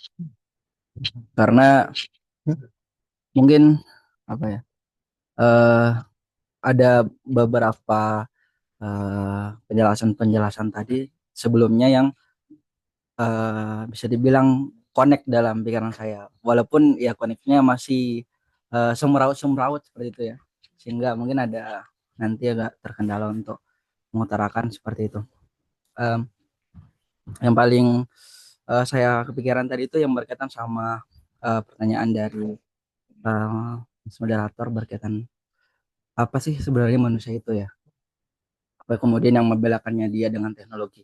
Karena yang sebelumnya tadi disampaikan bahwa bagaimana ketika manusia itu dikomputasikan seperti itu di manusia yang sekarang, terus bagaimana dia diubah ke dalam bentuk apa perintah-perintah komputer seperti itu, sehingga ada manusia digital mungkin seperti itu, atau bisa juga mungkin dengan bentuk robot yang dikasih artificial intelligence, ataupun ada yang pernah nonton film Ex Machina seperti itu mungkin bisa seperti itu. Akan tetapi yang saya apa ya, harus saja saya bilang bahwa yang membedakan manusia dengan barang-barang itu sebenarnya di kesadaran. Seperti itu. Kenapa? Karena bisa dibilang apa yang ada di tubuh kita ini meliputi tangan, kaki, badan-badan, organ-organ dan lain sebagainya, jantung, otak, hati, darah, apapun itu, yang itu seperti jelasan tadi sama Pak Materi, itu bisa dimanipulasi dengan apa? Rekayasa biokimia. Seperti itu. Ini adalah suatu teknologi juga sebenarnya. Bisa dibilang seperti itu. Teknologi dalam artian hal inilah kemudian yang menjadi alat bagi kesadaran itu untuk melakukan sesuatu. Seperti itu. Karena ketika mau dibandingkan antara manusia dan teknologi, ya keduanya memang sama-sama diberi perintah. Keduanya sama-sama diprogram untuk melakukan sesuatu. Tapi bedanya kita manusia memiliki kebebasan mau melakukan itu atau enggak. Seperti itu. Contoh kita diprogram oleh berdasarkan apa ya? Berdasarkan ajaran agama misalnya. Kita diprogram oleh Tuhan, diciptakan untuk beribadah, untuk menyembah kepada Tuhan. Tapi apakah manusia itu benar-benar seperti itu? Itu enggak kan. Tapi beda kemudian dengan apa ya, dengan artificial intelligence, beda dengan teknologi digital tersebut. Jadi apa yang diperintahkan oleh mereka ya itu yang mereka lakukan seperti itu. Jadi mereka nggak akan melakukan hal-hal yang di luar daripada apa yang diperintahkan oleh manusia. Nah ini kemudian bersinggung dengan persoalan mengenai AI ini merusak seperti itu. Sebagaimana tadi dijelaskan oleh pemateri mengenai bahaya-bahaya sisi-sisi dampak negatif daripada AI itu sendiri. Kalau saya dalam pikiran saya itu sebenarnya ya itu tadi sejalan dengan tadi mungkin disampaikan bahwa AI itu ibarat pisau. Sebenarnya seperti itu sih. Alat itu tergantung kepada manusianya sendiri yang menggunakan.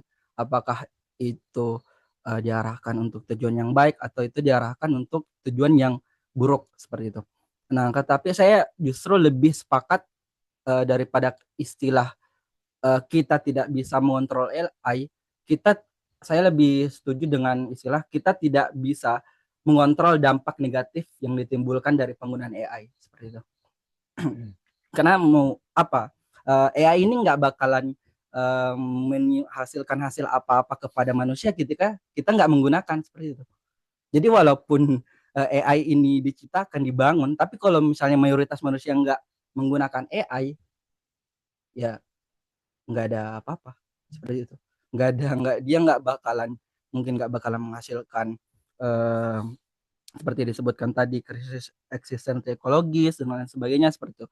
Karena kita sebagai manusia, sebagai konsumen daripada hal-hal tersebut tidak menggunakan itu seperti itu. Jadi mungkin saya lebih sepakat bahwa kita tidak bisa untuk mengontrol dampak negatif yang disebabkan oleh penggunaan AI.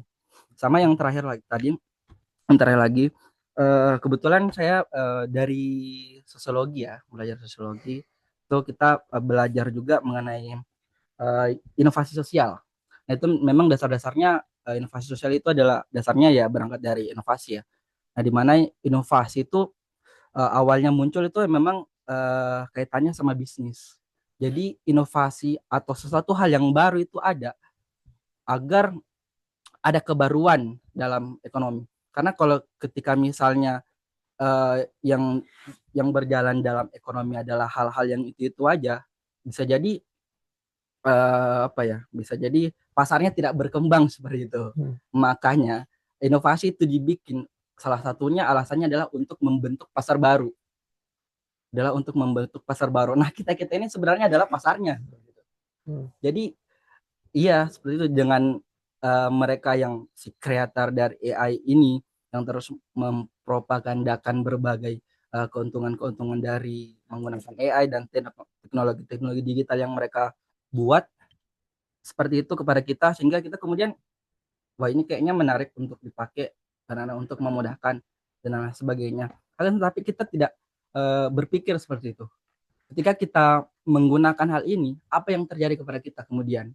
Apa seperti tadi, apa kemudian data kita digunakan untuk apa, informasi yang mereka dapatkan dari kita gunakan untuk apa, itu semua adalah hal-hal yang mungkin tidak bisa kita kontrol seperti itu.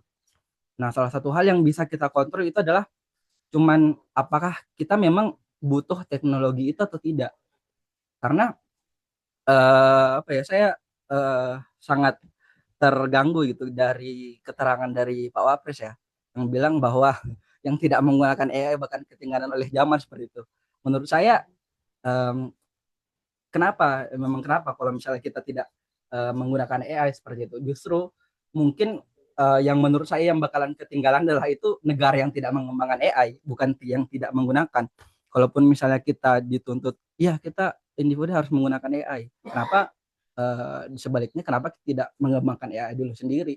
AI yang memang sesuai dengan kondisi manusia kita di negara kita sendiri, AI yang sesuai dengan apa yang dibutuhkan oleh masyarakat Indonesia seperti itu. Karena saya rasa memang beberapa waktu ke belakang di negara Indonesia kita ini ya kita memang selayaknya konsumen aja seperti itu. Mulai dari smartphone, media sosial, kehidupan digital, AI dan lain sebagainya, ya kita hanya jadi konsumen daripada apa yang dihasilkan oleh bangsa-bangsa luar seperti itu. Sementara kita tidak menciptakan teknologi yang benar-benar itu dibutuhkan oleh masyarakatnya kita. Seperti itu sih yang ingin saya sampaikan. Terima kasih. Oke, beri tanggapan Pak tadi.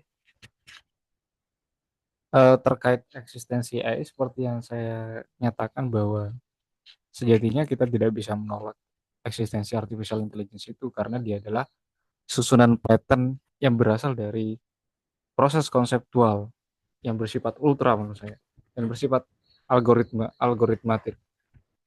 Kalau kita misalnya menolak eksistensi AI ya sama ya seperti kita menolak eksistensi uang sebenarnya.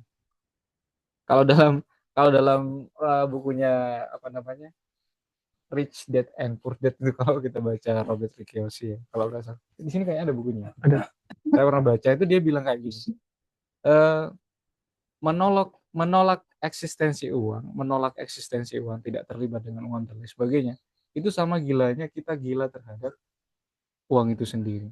Kegilaan kita terhadap uang itu sama dengan kegilaan kita terhadap menolak uang itu sendiri. Menyembah-nyembah uang itu dan menolak eksistensi uang itu sama saja, gilanya sama. Jadi kalau kita menolak AI dulu sampai buat apa gitu sebagainya, ya perlu yang kita lakukan adalah itu tadi, controlling terhadap perkembangan algoritmik itu aja. Itu tok kuncinya. Masalahnya para anggota dewan kita mampu nggak berpikir seperti itu yang kita itu yang kita pertanyakan gitu kan. Mampu nggak secara kapasitas untuk berpikir seperti itu, membuat regulasi tentang algoritmik. Misalnya coding seperti ini selesai di sini saja. Coding ini selesai sampai di sini saja. Aturan-aturan patternnya kalau misalnya sampai ke deteksi misalnya dikembangkan, maka harus dikejar. Dan menarik tadi, misalnya tentang pertanyaan-pertanyaan, apakah manusia bisa menciptakan suatu pemimpin yang bisa direkayasa yang kemudian patuh pada rakyat gitu kan, tidak gila harta dan lain sebagainya. Menurut saya bisa saja seperti itu diciptakan. Tetapi orang yang menciptakan ini yang berbahaya sebenarnya. Yang menciptakan pemimpin boneka seperti ini yang berbahaya. Ya kan? the kingmaker yang sebenarnya berbahaya itu sendiri kan. Berarti yang masalah manusia. Iya, permasalahannya manusia tetap Manusia. ada di manusia, tapi manusia Iya. bukan bermasalah. Tapi kalau kita baca bukunya Roger Bretman ya, tentang humankind itu, dia mengungkapkan bahwa manusia itu setiap yang dia lakukan didorong atas kebaikan. Bahkan perang sekalipun itu didorong atas kebaikan. Buktinya apa coba misalnya? Israel misalnya membom Palestina. Itu atas dasar solidaritasnya terhadap teman-teman mereka kan. Itu atas dasar kebaikan kan. Anda tawuran misalnya dengan kelompok lain, itu karena atas dasar kebaikan kan. Atas solidaritas dan simpati terhadap teman-teman Anda. Iya, ini kebaikan terdikotomi. Iya, kebaikan yang tidak tersalurkan, pada lebih tepatnya seperti itu. Artinya tidak ada manusia yang buruk di dunia ini. Semua perbuatan buruk itu kemudian itu semuanya didasarkan atas kebaikan. Misalnya Anda membunuh istri Anda kan. Ya Anda membela atas dasar bahwa Anda berhak untuk didengarkan dan lain sebagainya misalnya seperti itu. Semua kejahatan perang dan lain sebagainya semuanya atas dasar kebaikan. Kalau kita baca dengan bukunya Roger Bretman, ini logika yang tidak pernah diungkap loh. Di buku manapun itu, kecuali di bukunya Roger Bretman. Dan itu keren itu kunci kata kunci sampai sekarang itu sampai menempel di saya. Itu buku itu tahun 2019 sampai sekarang itu nempel di atas saya buku itu. Tentang apa namanya? Tentang sintesanya terhadap termasuk dia mengkritik Yuval Noah Harari karena menganggap bahwa manusia itu apa ya? Seperti yang digambarkan oleh Richard Dawkins ya, tentang apa namanya? Superioritas gen itu. Selfish gen. Selfish gen, superioritas gen. Selfish gen itu sendiri. Itu menarik. Dia menghabisi buahnya Richard Dawkins termasuk Yuval Noah. Sampai dia tuh berdebat di salah satu channel YouTube-nya Yuval Noah Harari kalau nggak salah. Bahwa Roger Bretman itu menganggap bahwa manusia itu pada dasarnya baik. Tidak ada yang buruk. Yang perlu kita lakukan adalah trust kembali ketika dia melakukan sebuah kesalahan. Wah itu menurut saya konsep Islami banget itu. Ya, kalau semua misalnya manusia itu punya kepercayaan trust dan memberi kesempatan kepada manusia itu untuk berubah. Misalnya ketika kita kasih pinjaman ke orang lain misalnya, nggak tahu ya apa mampu kita seperti itu. Dia bilang begini, ketika misalnya orang itu tidak menepati janjinya, maka yang kita lakukan adalah mensedekahkan ke dia katanya. Anggap itu adalah sedekah dan kita beri kesempatan. Kalau misalnya dia pinjam lagi ke kita, ya kita kasih kesempatan dia untuk berubah. Iya. Masalahnya ada nggak yang mampu seperti itu? Iya, saya seperti itu. Ada yang lain dah. Artinya ya di sisi lain sebenarnya yang diciptakan semua manusia itu sebenarnya baik, cuma tidak tersalurkan dengan benar. Dan perlu ada kekuatan-kekuatan moralitas atau kekuatan-kekuatan subjektif ya, yang tidak kasat mata, yang perlu ditingkatkan kembali. Misalnya persoalan kekayaan, persoalan negara maju itu bukan persoalan mengukur seberapa jauh pendapatan penduduknya dan sebagainya. Studi terakhir misalnya yang dilakukan oleh salah satu tim peneliti Harvard bahwa kemakmuran dan kesejahteraan manusia itu tidak diukur lagi berdasarkan kekayaan, tetapi ada 3 faktor kalau nggak salah. Kohesi sosial, sosial lingkungan, kemudian tingkat spiritual yang baik, kemudian hidup berkecukupan dan bahagia gitu kan.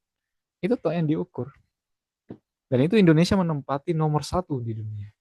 Menggerakkan negara-negara Nordik yang dulu memenangkan ya kan, selalu memenangkan kesejahteraan dan lain sebagainya. Ya setelah diteliti secara detail, ternyata negara Nordik yang dianggap paling bahagia di dunia itu semuanya salah. Finlandia dan sebagainya semua kalah itu.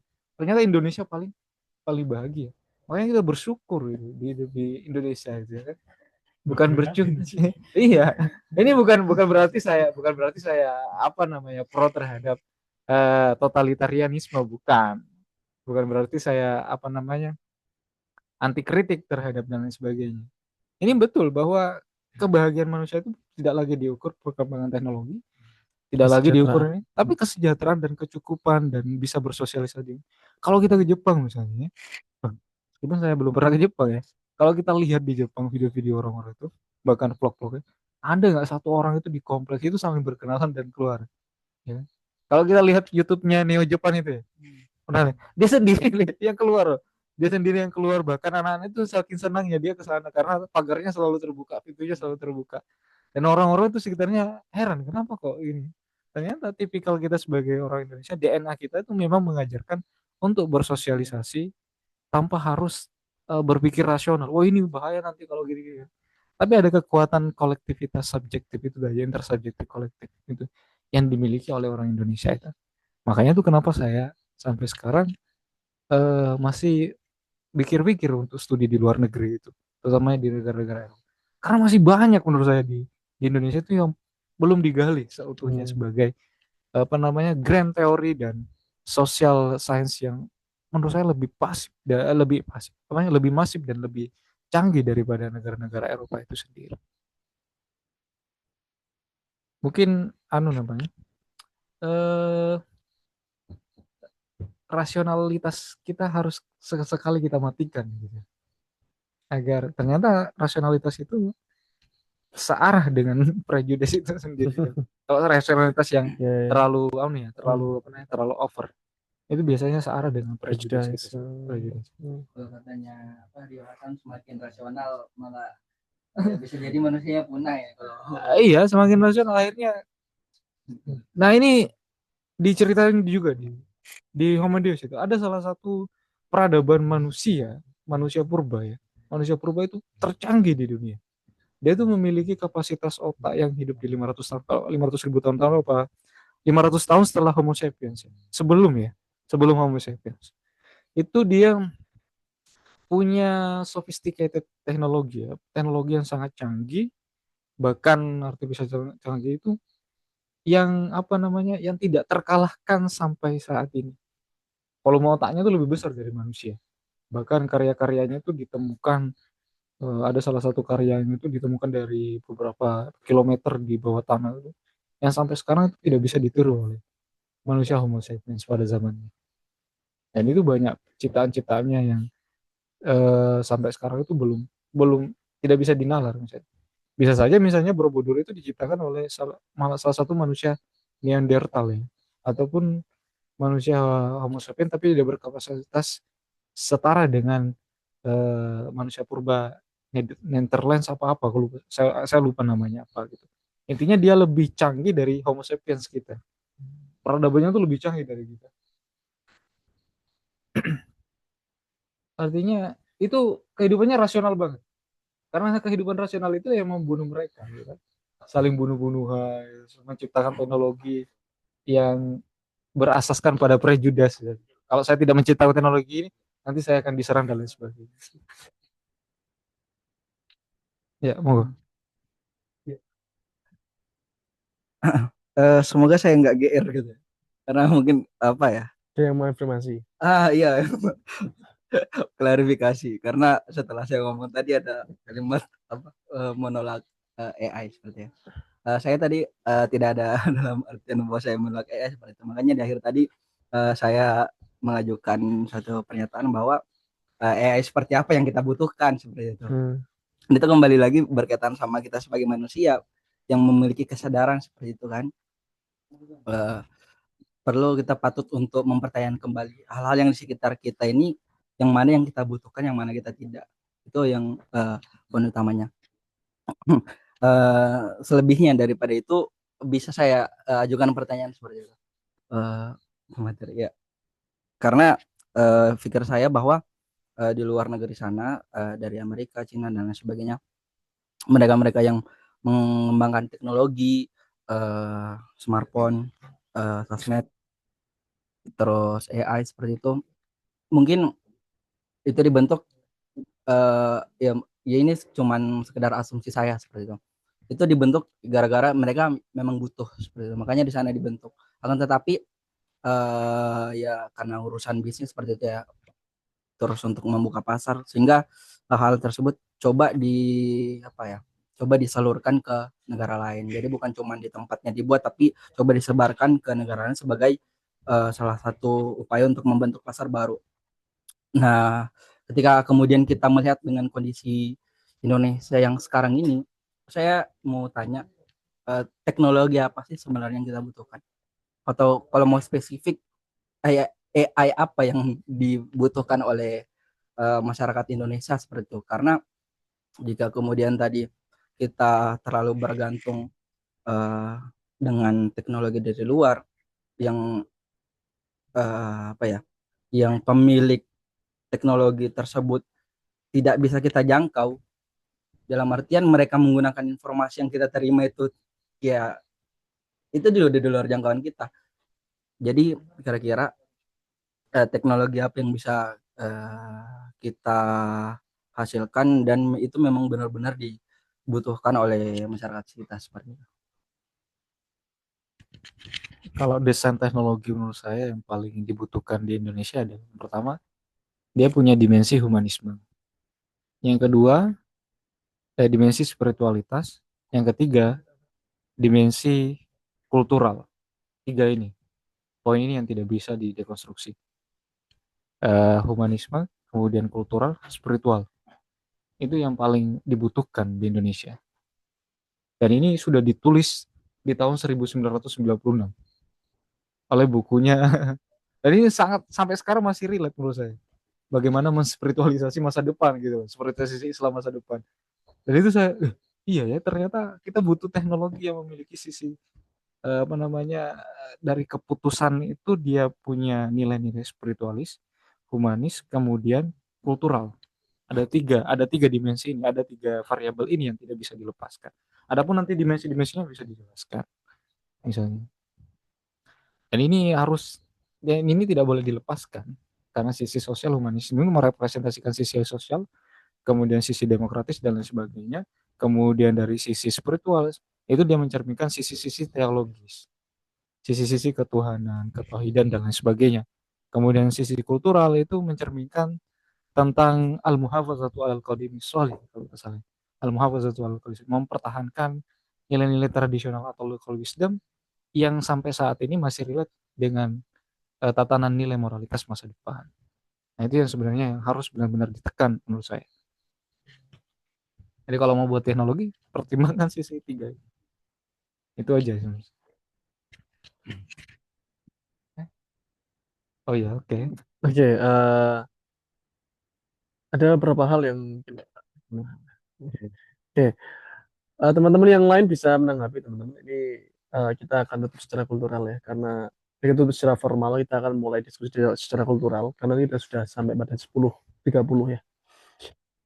Sebagai bentuk apa namanya penegasan teman-teman bahwa sesuatu diciptakan tuh tetap ada interestnya. Tadi yang sampaikan sama materi bahwa selama ada intervensi manusia maka teknologi apapun itu tidak akan pernah netral gitu. Itu benar. Tadi yang disampaikan sama Nur Rocky, HP diam aja bisa ngerekam kita gitu ya. Itu karena interest diciptanya teknologi adalah untuk ekonomi gitu. Jadi bagaimana kemudian manusia tertarik ya, dibuat tertarik untuk membeli produk. Begitupun ya media sosial kita juga diciptakan untuk itu. Bagaimana kemudian manusia tidak hanya berinteraksi secara sosial di media di media di media yang maya itu, tetapi adalah bagaimana kemudian mereka outputnya adalah membeli sesuatu itu adalah untuk sekali lagi adalah untuk kekayaan gitu ya, ekonomi. Nah, tadi yang saya sampaikan sama pemateri adalah menurut saya itu adalah pamungkas menarik ya. Jadi menarik dari apa yang disampaikan sama penanya. Mas apa? Rian. Arian. Ya, Mas. Rian. Rian. Oke. Oh, dari Rian yang kedua nih. Dididik Firaun ya. Yang dididik sama Firaun ya. Musa itu. Oke. Oke, jadi teman-teman, pertanyaan dari Prof. Rian itu menarik bahwa teknologi macam apa yang dibutuhkan sama Indonesia? Jawabannya filosofis ya. Walaupun bukan teknis ya, jawabannya bukan teknis tapi filosofis ya. Teknologi yang humanis, teknologi yang spiritualis dan kultural gitu ya. Karena memang itu yang kita butuhkan. Tidak ada sisi logika sama sekali di sini ya. Ini bodoh nggak? Karena kan teknologinya sudah merepresentasikan logika. Oh iya betul. Ya memakai goblok itu mah. Maksud goblok ya. Oke, teman-teman semuanya, balik lagi kepada tadi ngomong beberapa kali Mas Prof. Rian ngomong soal kesadaran ya, tapi nggak menyebutkan bagaimana apa itu kesadaran itu sendiri gitu ya. Walaupun sebenarnya perdebatan filosofis terhadap apa itu kesadaran belum usai ya, dan tetap masih lanjut. Tapi nggak apa-apa dengan kita menyebutkan kesadaran bahwa itu ada. walaupun kita nggak bisa memberikan batas-batasan apa itu kesadaran, kita tetap meyakini bahwa kesadaran itu ada. Itu aja. Salah satunya tadi tandanya bahwa kita bebas untuk ya salah satunya tadi bahwa ada kesadaran itu ada, ya salah satunya kita bebas untuk melakukan apa saja di luar daripada batasan-batasan pilihan seperti itu. Mungkin kita ya contoh simpelnya ya kita disuruh beribadah, tapi belum tentu ya belum tentu semuanya beribadah. Seperti kan ada yang nggak beribadah, itu termasuk dari pada kesadaran kita apakah kita mau beribadah atau enggak. Itu kemudian sejauh mana kita mengendalikan kesadaran kita. Salah satunya itu sih yang kalau mau saya definisikan. Jadi ya. Jadi menamakan definisi kesadaran sendiri ya. Ya, sebenarnya itu bukan definisi, itu sebenarnya tanda bahwa kita punya kesadaran dari itu gitu ya. Sekali lagi itu bukan definisi ya. Mendefinisikan kesadaran itu kita harus punya garis-garis apa itu kesadarannya. Batas jamik maniknya itu harus jelas gitu kan dalam ilmu mantik. Itu masih perdebatan masih perdebatan dan masih belum ketemu apa itu ya.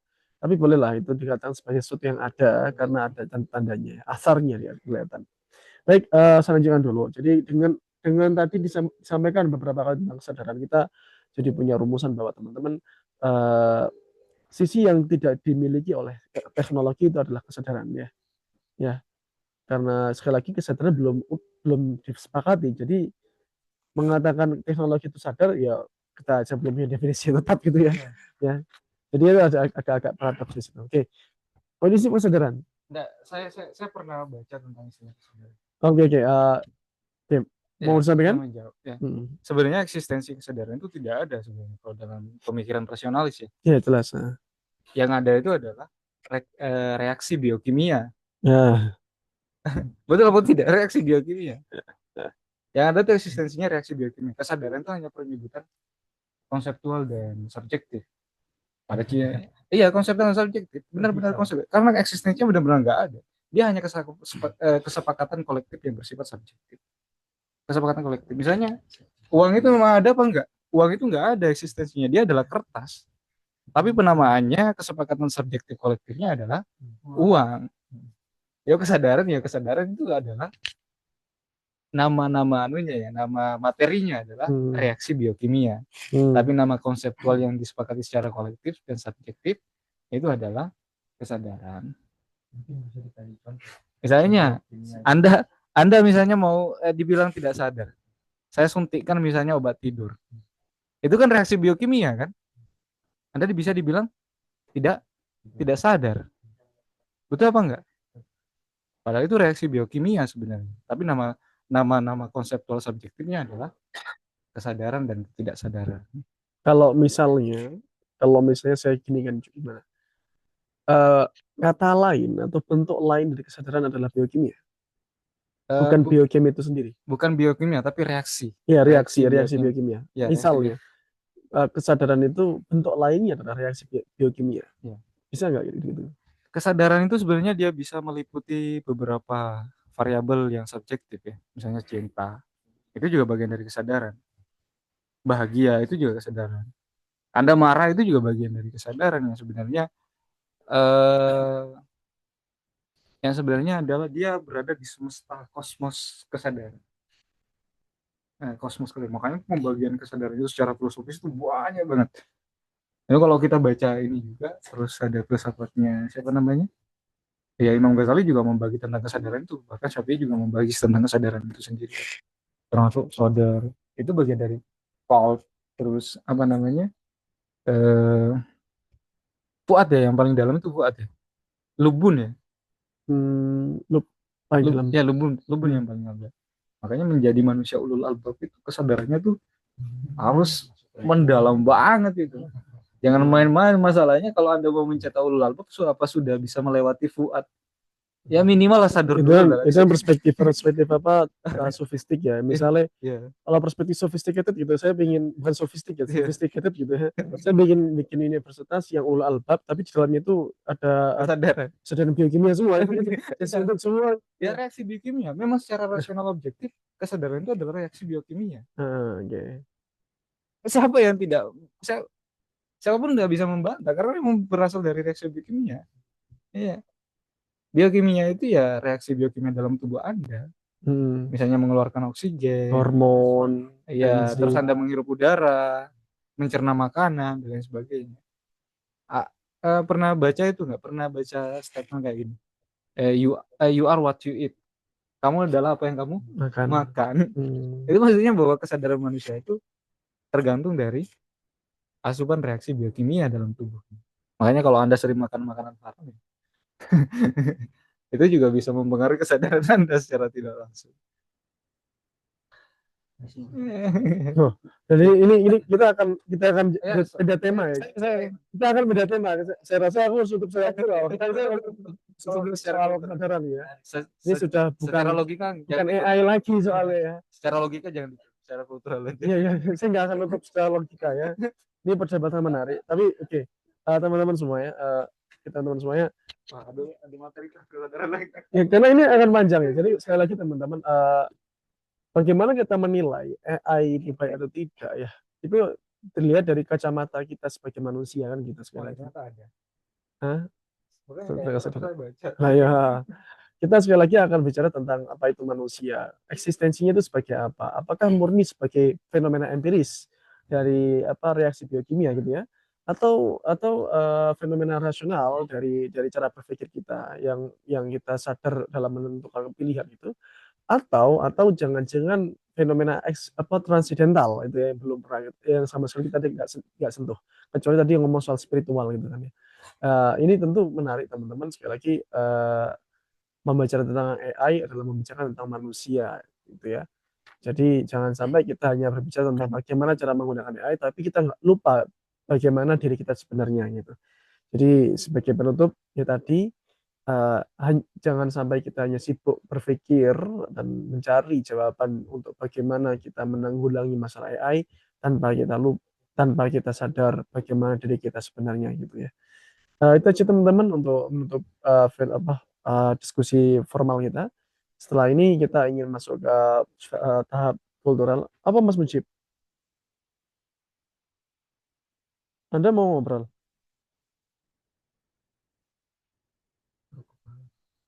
Anda mau ngomong?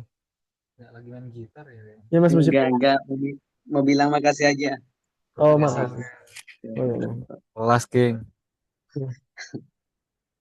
Oke ya teman-teman, malam ini kita selain daripada diskusi juga kita akan ada makan-makan, tapi makan malam ini spesial karena akan kita doakan sebagai ucapan ulang tahun ya, sebagai ucapan kita doakan yang ngasih makanan ya. Siapa tuh yang ngasih makanan? Oh ya, di situ ada tepung sama telur, silakan dicampur buat ngelemparin meja. Nggak bisa dikirim kan ini kan? Ada tali nggak? Oh, udah tinggal masukin ya. Ya, makanannya boleh bawa ke tengah nggak? Kita doain bareng-bareng ya. Makanannya boleh bawa ke tengah nggak? Kita doain bareng-bareng. Ya, didoakan dulu. Iya, sama yang ulang tahun lah, jangan sama moderator. Oke, kita tutup ya. Assalamualaikum. Oke, salam.